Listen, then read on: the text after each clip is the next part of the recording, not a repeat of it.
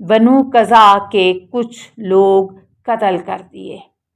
قریش نے ہتھیاروں کے ساتھ اپنے اتحادیوں کی مدد کی، جبکہ بعض روایات کے مطابق چند قریش بذات خود بھی حملہ آوروں میں شامل تھے۔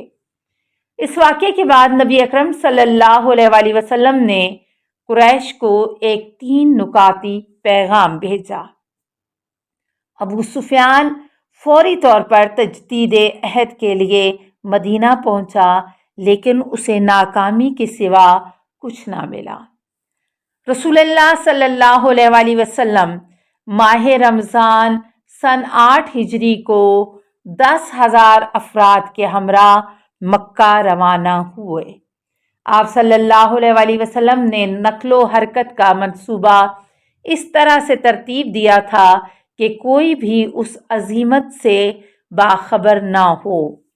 جب مسلمانوں کا لشکر مرالزہران کے علاقے میں پہنچا تو آپ کے چچا عباس نے رات کو خیمے سے باہر نکل کر مکہ کے لوگوں سے ملنے کا ارادہ کیا۔ وہ یہ پیغام دینا چاہتے تھے کہ قریش ہلاک ہونے سے قبل رسول اللہ صلی اللہ علیہ وآلہ وسلم کی خدمت میں حاضر ہو جائیں۔ اس رات عباس ابن عبد المطلب نے ابو سفیان کو پناہ دی اور رسول اللہ صلی اللہ علیہ وآلہ وسلم کی خدمت میں حاضر کیا۔ ابو سفیان کچھ رعایات کے تحت بامر مجبوری مسلمان ہو گیا۔ مسلمانوں اور مکہ کی عوام کے درمیان اکا دکا جھڑپیں ہوئیں۔ پیغمبر مسجد میں داخل ہوئے، 7 مرتبہ کعبہ کا طواف کیا اور کعبہ کے دروازے پر کھڑے ہو کر فرمایا، لا الہ الا اللہ وحدہ لا شریک لہ، کوئی بھی معبود نہیں ہے سوائے خدائے یکتا کے جو اکیلا ہے اور اس کا کوئی شریک نہیں ہے۔ اس نے اپنا غلبہ اسلام کے سلسلے میں اپنا وعدہ پورا کر کے دکھایا اور اپنے بندے کی مدد کی، اور اس اکیلے نے تمام احزاب یعنی لشکروں کو بھگا دیا۔ رسول اللہ صلی اللہ علیہ وآلہ وسلم 2 ہفتوں تک مکہ میں رہے اور انہوں نے شہر کے امور و معاملات کو سدھارا۔ آپ نے کچھ افراد مکہ کے اطراف میں بھجوا کر بت خانوں کو منہدم کروا دیا اور کعبہ میں موجود بت بھی منہدم کروا دیے۔ آپ نے مکیوں کے ساتھ ایسا رویہ رکھا جس کے بموجب اسلام کی بردباری اور اس دین مبین کے پیغمبر کی عظمت و کرامت مخالفین کی نظروں کے سامنے جلوہ گر ہوئی۔ جب انہوں نے رسول اللہ سے سنا کہ آج میں نے تم سب کو آزاد کر دیا تو اسی لمحے انہوں نے اسلام دشمنوں کے خلاف لڑنے کا فیصلہ کیا۔ ابھی مکہ میں رسول اللہ کے قیام کو 15 روز بھی نہیں ہوئے تھے کہ جزیرہ نمائے عرب کے بعض بڑے قبائل حضرت صلی اللہ علیہ وآلہ وسلم کے خلاف متحد ہوئے۔ رسول خدا مسلمانوں کا ایک بڑا لشکر لے کر مکہ سے باہر نکلے اور جب حنین نامی مقام پر پہنچے جہاں جنگ حنین میں بھی مسلمان فتح یاب ہوئے۔ سن 9 ہجری میں جنگ تبوک ہوئی۔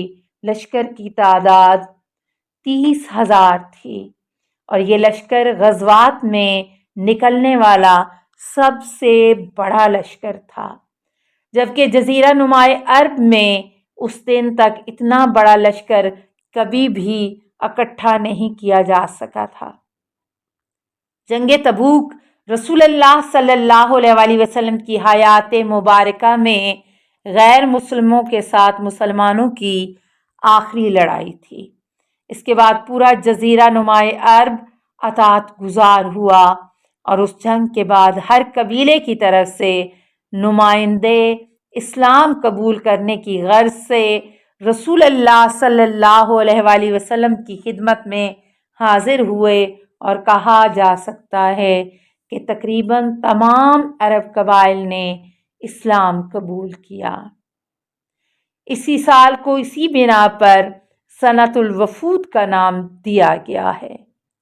السلام علیکہ یا نبی اللہ، السلام علیکہ یا رسول اللہ، السلام علیکہ یا حبیب اللہ، السلام علیکم ورحمۃ اللہ وبرکاتہ۔